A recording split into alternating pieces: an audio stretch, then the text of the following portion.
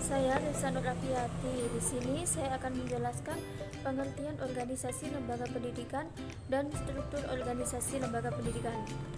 Yang pertama yaitu organisasi lembaga pendidikan.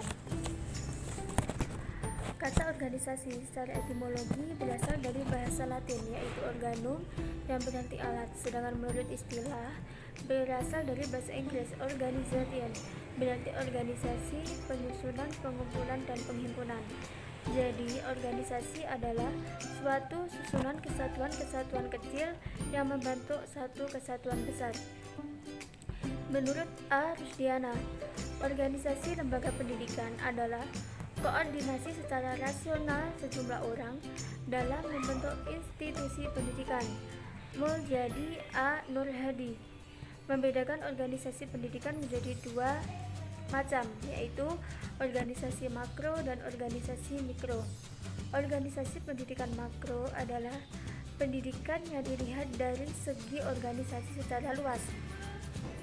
Dalam struktur organisasi pendidikan pada tingkat makro dibedakan atas Departemen Pendidikan dan Kebudayaan tingkat pusat, Kantor Wilayah Departemen Pendidikan dan Kebudayaan, Kantor Pendidikan dan Kebudayaan di kabupaten atau kota, Kantor Pendidikan dan Kebudayaan tingkat kecamatan. Adapun organisasi pendidikan mikro adalah organisasi pendidikan dilihat dengan titik tolak dengan unit-unit yang ada pada sekolah atau lembaga pendidikan penyelenggara langsung proses belajar mengajar. Yang kedua yaitu pengertian struktur organisasi lembaga pendidikan. Struktur organisasi yang pokok ada dua macam. Yang pertama yaitu struktur sentralisasi. Di negara-negara yang organisasi pendidikannya dijalankan secara sentral, yakni yang kekuasaan dan tanggung jawabnya dipusatkan pada suatu badan di pusat pemerintahan, maka pemerintahan daerah kurang sekali atau sama sekali tidak mengambil bagian dari administrasi apapun.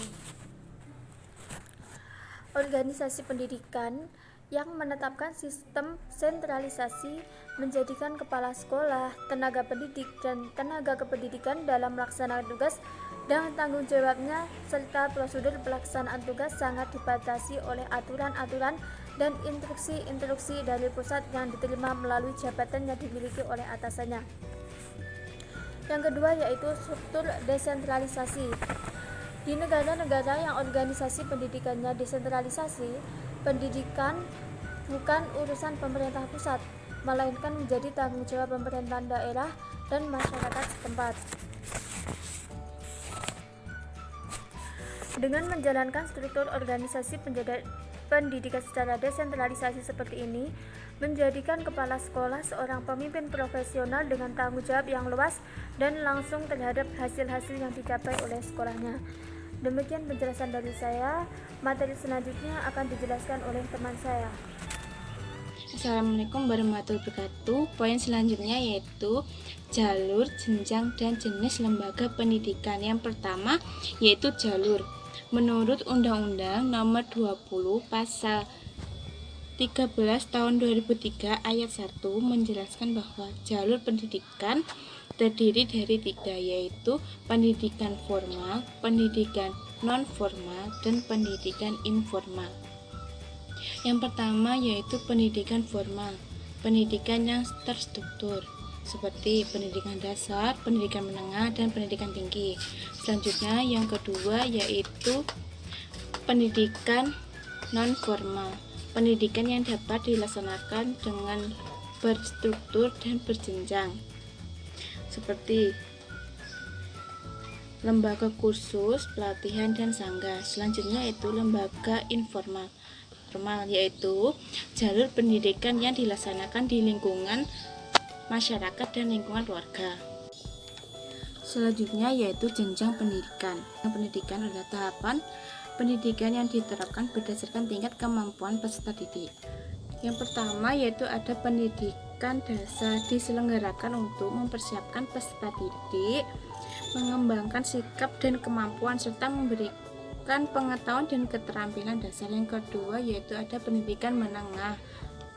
Pendidikan menengah berfungsi untuk mempersiapkan peserta didik mengembangkan dan melanjutkan pengetahuan dasar.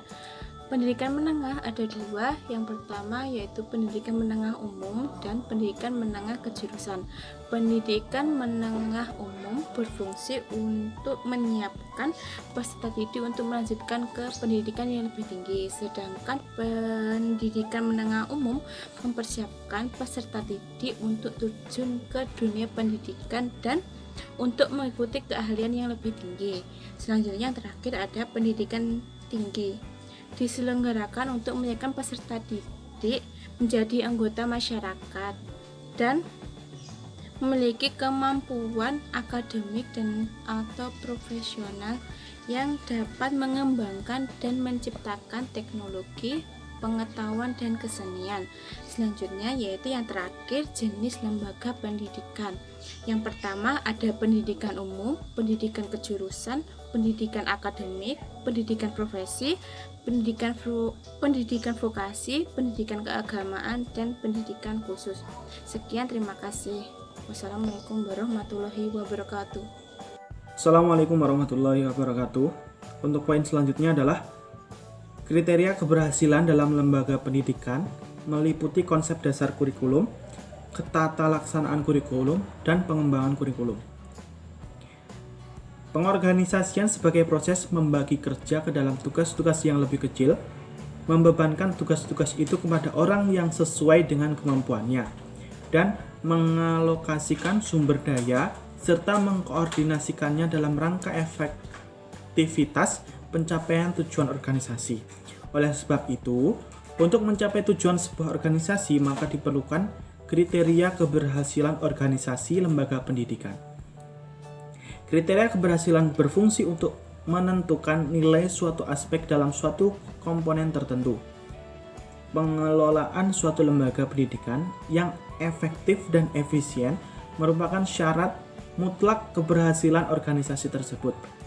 Tidak terkecuali lembaga pendidikan yang juga akan semakin dituntut menjadi suatu organisasi yang tepat sasaran dan berdaya guna. Sekolah sebagai lembaga pendidikan formal memerlukan suatu sistem pengelolaan yang profesional sebagai salah satu komponen utama dalam suatu sistem pendidikan.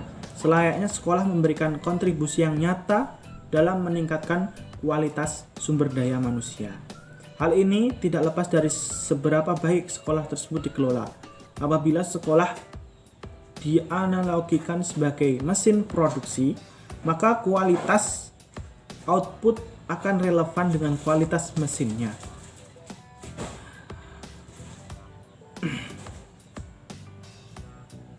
Dengan pendekatan ini,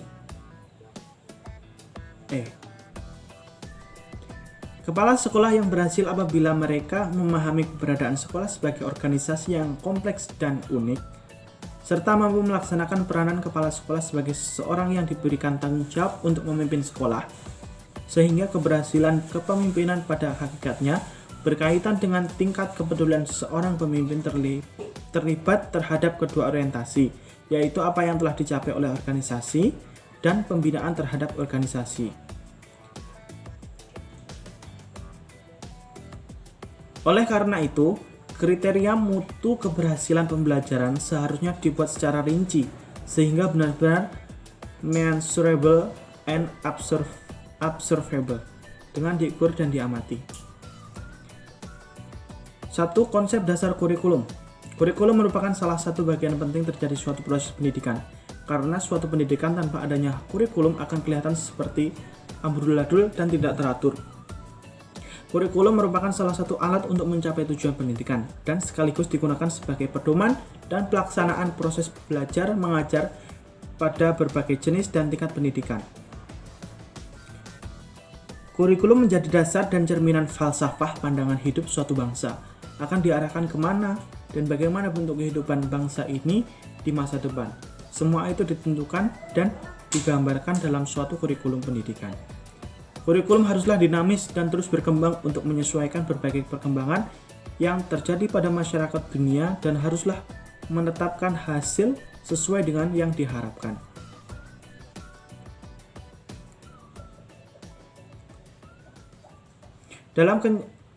dalam kaitannya dengan usaha membenahi masalah-masalah pendidikan, aspek kurikulum mendapat sentuhan terlebih dahulu. Hal ini bukan berarti aspek yang lain tidak mendesak untuk ditinjau ulang. Yang menjadi pertanyaan di sini, mengapa kurikulum?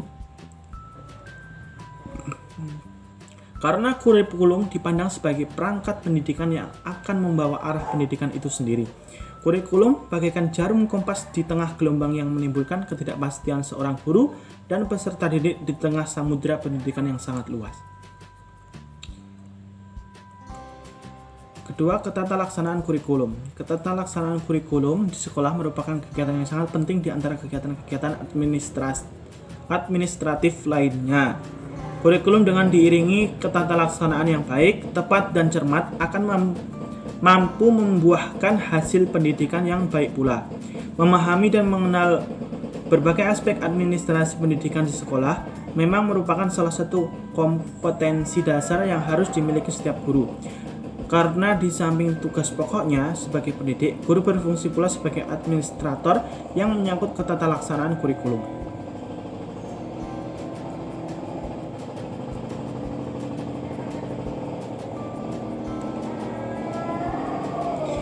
Ketiga, pengembangan kurikulum. Pengembangan kurikulum adalah proses perencanaan dan penyusunan kurikulum oleh pengembang kurikulum dan kegiatan yang dilakukan agar kurikulum yang dihasilkan dapat menjadi bahan ajar dan acuan yang digunakan untuk mencapai tujuan pendidikan nasional. Kurikulum merupakan alat untuk mencapai pendidikan yang dinamis. Hal ini berarti bahwa kurikulum harus senantiasa dikembangkan dan disempurnakan agar sesuai dengan laju perkembangan ilmu, pengetahuan, dan teknologi. Pengertian kurikulum yang semakin luas membuat para pelaksana kurikulum memberikan batasan sendiri terhadap kurikulum. Oleh sebab itu, seorang pelaksana kurikulum perlu mengetahui dan melaksanakan beberapa landasan dan prinsip-prinsip menjadi pedoman dalam pengembangan kurikulum. Namun, hal ini sering diabaikan oleh para pelaksana kurikulum sehingga pencapaian tujuan pendidikan tidak optimal. Landasan pengembangan kurikulum. Kurikulum sebagai rancangan pendidikan mempunyai kedudukan yang sangat strategis dalam seluruh aspek kegiatan pendidikan. Mengingat pentingnya peran kurikulum di dalam pendidikan dan dalam perkembangan kurikulum manusia, maka dalam penyusunan kurikulum tidak bisa dilakukan tanpa menggunakan landasan yang kokoh dan kuat. Adapun beberapa landasan yang digunakan untuk pengembangan kurikulum yaitu landasan filosofis, yaitu landasan yang akan membahas dan mengidentifikasi landasan filsafat dan implikasinya dalam pengembangan kurikulum. Filsafat membahas segala permasalahan manusia, termasuk pendidikan yang disebut filsafat pendidikan. Filsafat memberikan arah dan metodologi terhadap praktik-praktik pendidikan, sedangkan praktik-praktik pendidikan memberikan bahan-bahan bagi pertimbangan filosofi. Keduanya sangat berkaitan erat. Hal inilah yang menyebabkan landasan filosofi menjadi landasan penting dalam pengembangan kurikulum. Yang kedua, landasan psikologis, yaitu akan membahas dan mengidentifikasi landasan psikologis dan implikasinya dalam mengembangkan kurikulum. Dalam proses pendidikan yang terjadi adalah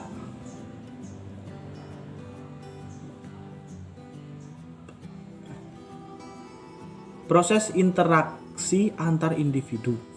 Manusia berbeda dengan makhluk lainnya karena kondisi psikologisnya.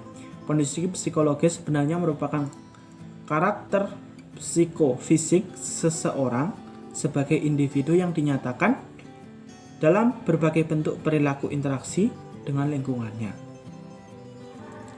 Yang ketiga, C. Landasan sosial budaya. Kurikulum menentukan pelaksanaan hasil pendidikan. Dengan pendidikan diharapkan muncul masyarakat-masyarakat yang tidak asing dengan masyarakat. Dengan pendidikan diharapkan lahir manusia-manusia yang bermutu, mengerti, dan mampu membangun masyarakat.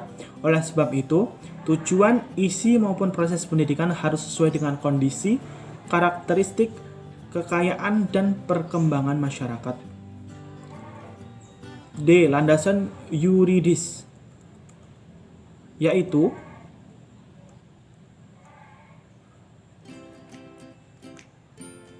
Kurikulum pada dasarnya adalah produk yuridis yang ditetapkan melalui keputusan Menteri Pendidikan Nasional Republik Indonesia sebagai pengejawantahan dari kebijakan pendidikan yang ditetapkan oleh lembaga legislatif yang mestinya berdasarkan pada konstitusi atau undang-undang dasar. Dengan demikian, landasan yuridis pengembangan kurikulum di Negara Kesatuan Republik Indonesia ini adalah Undang-Undang Dasar 1945, pembukaan alinea keempat dan pasal 31, peraturan-peraturan perundangan seperti Undang-Undang tentang Pendidikan nomor 20 tahun 2003, Undang-Undang Otonomi Daerah, surat keputusan dari Menteri Pendidikan, surat keputusan dari Dirjen Dikti, dan peraturan-peraturan daerah dan sebagainya. Sekian, wassalamualaikum warahmatullahi wabarakatuh.